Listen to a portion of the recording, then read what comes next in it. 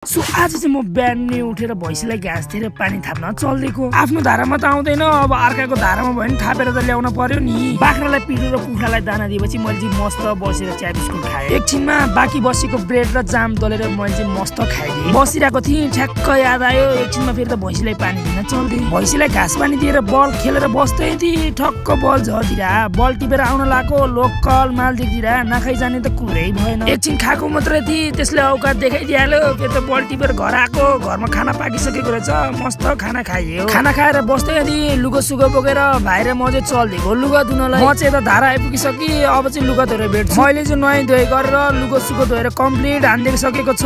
म चाहिँ त्यहाँ घर फाँडी हान्छु। घर आएर लुगा सुगा सब सुकाएर मुनि गएको त मम्मीले ब्रेड लिएर आउनु भएको रहेछ, अनि अस्ति बनाएको जामसँग मजाले खाइयो। एकछिन बसिरहेको थिएँ, बिनाले बोलायो, गएको त गाडीमा सामान आएको रहेछ, रड सड झारेर सिमेन्ट मस्त बोकियो। अहिले चाहिँ 7 नै बजिसक्यो, हाम्रो चाहिँ सिमेन्ट बोकेर नि कम्प्लिट भइसक्यो। मेरो हालत चाहिँ एकदम बेहाल भएको छ। केही छैन, पैसा त हातमा आइहाल्यो। 2 घन्टा हान्दिएको 400 आएर घरमा गएर साबुन बोकेर म चाहिँ नुहाउन चल्दिएको। नुहाउन त दिउँसो नि नहो, अब हालत यस्तो छ जसरी भए नुहाउन नि परिहाल्यो। म चाहिँ घर नुहाएर आइसकेँ, अनि आजको लागि चाहिँ यति नै हुन्छ। And by.